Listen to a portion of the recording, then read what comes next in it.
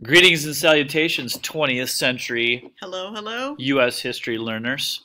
Today we are coming to you live and streaming. Straight out of Studio 304. We're going to talk to you a little bit about a bibliography today. Annotated. Annotated. Yeah, annotated is great. We know that you've probably learned how to create bibliographies before, but this is maybe a little bit of a reminder for you all. First, let's just quickly review primary and secondary sources. So they're both useful, both helpful. In fact, you might even throw in a tertiary source like your textbook or an encyclopedia. Hey, we're in deep research here, guys. Might as well learn that term while we're at it. However, we've all played telephone. We all know at times if we get a message that's been filtered through many people, sometimes the accuracy is lost. So when we do deep dive, we want primary sources. Not only primary sources, but primary sources. So let's quick review primary. Could be a journal. Could be a newspaper from the time period. It could be a photograph from the time period. It could be an interview. An interview. Could be an artifact, like sculpture or painting, or a picture. Could be music. Could be any number of things made from the time period by people associated with the issue being researched. Think first-hand account, first-hand knowledge. Government documents also will work. And speaking of first-hand, the first thing that you're going to put on your bibliography are your primary sources. You will label primary sources and then alphabetize those primary sources. Then you'll have a heading labeled secondary sources, also alphabetizing those as well. In addition to primary sources, you're definitely going to want to have some secondary sources. Secondary sources, of course, are those sources that are created by people who have done research of primary sources and now are pulling those sources together to create a narrative of sorts or to create a story. So secondary sources are particularly good for getting people's interpretations of what happened during a certain time period. You'll absolutely want to have a couple of those to get the big picture understandings or ideas, as well as the primary sources that allow you to create some of your own understandings and ideas. Secondary sources are actually probably the best place to start in your historical inquiry so you can get a good sense of the story before you get into the primary sources. They also may help you find primary sources if they have a great bibliography.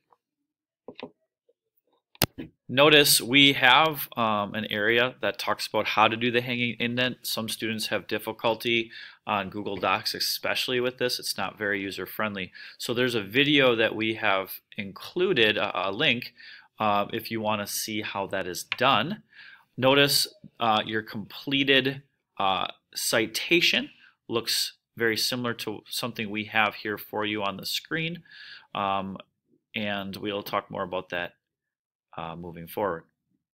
So notice that our annotation here, our citation, excuse me, a couple of the rules, we want to single space these entries but then skip lines in between them, and we'll show you an example of this in a minute.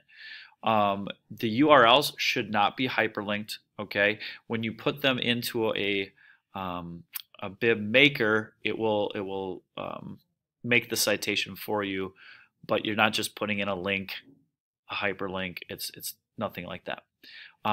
For an A, we're going to annotate, but we'll take you through that here in a minute.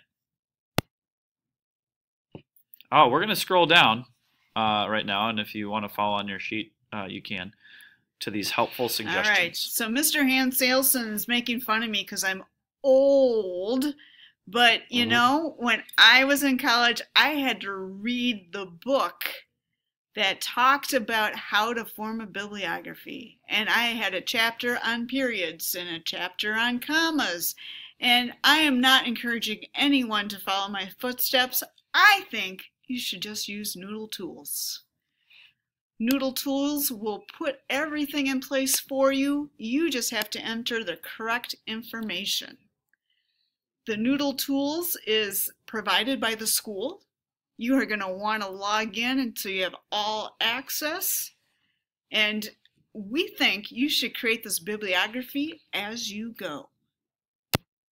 So now if you'll follow us back to the front of the page or scroll up, depending on how you're looking at this, we do want to go over what an annotation is, but because in order to get an A on your bibliography here, under the researches standard, that's our first standard in the course, you're going to have to do an annotation with your bibliography.